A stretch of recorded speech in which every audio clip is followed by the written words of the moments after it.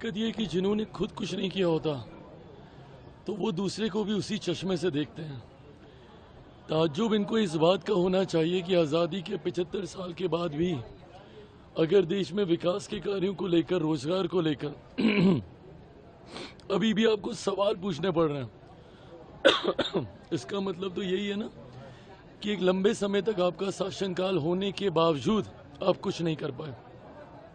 इन्हीं की पार्टी के पीढ़ियों पुराने नेता का ये नारा था, गरीबी हटाओ का।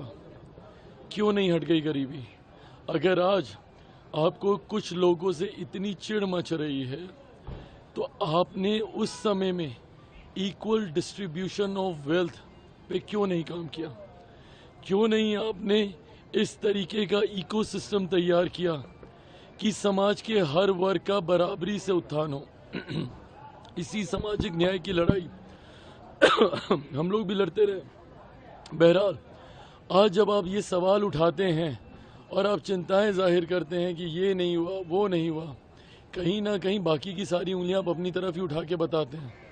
हम लोग तो पिछले 10 सालों में प्रधानमंत्री नरेंद्र मोदी जी के नेतृत्व में काम कर रहे हैं और जो काम हम लोग कर रहे हैं वो बुनियादी ज़रूरतें पहले पूरी कर रहे हैं। सोचिए, जो कांग्रेस जिनके नेता राहुल जी हैं, इतने सालों में सत्ता में रहने के बाद महिलाओं के लिए शौचालय तक नहीं बना पाई हो। अभी तो अर्थव्यवस्था का मैं जिक्र भी नहीं कर रहा कि कौन से पायदान पे था, और अगर हम लोग 5वें पायदान पर आए हैं तो ये मामूली उपलब्धि नहीं है।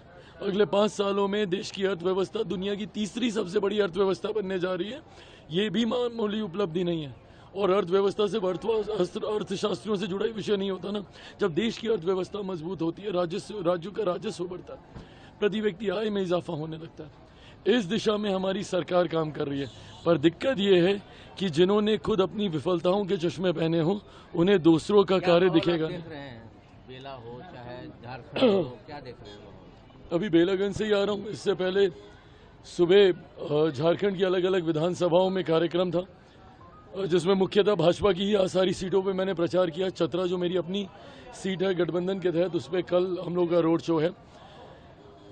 गठबंधन का साथी हूँ इसलिए नहीं बोल रहा, पर ईमानदारी से आप तस्वीरें देखिएगा और धीरे धीरे मेरे एक्स हैंडल पे भी सारी तस्वीरें वीडियो के साथ अपलोड हो रही हैं। लोगों की वो भीड़, वो उत्साह देखिएगा, वो जुनून देखिएगा।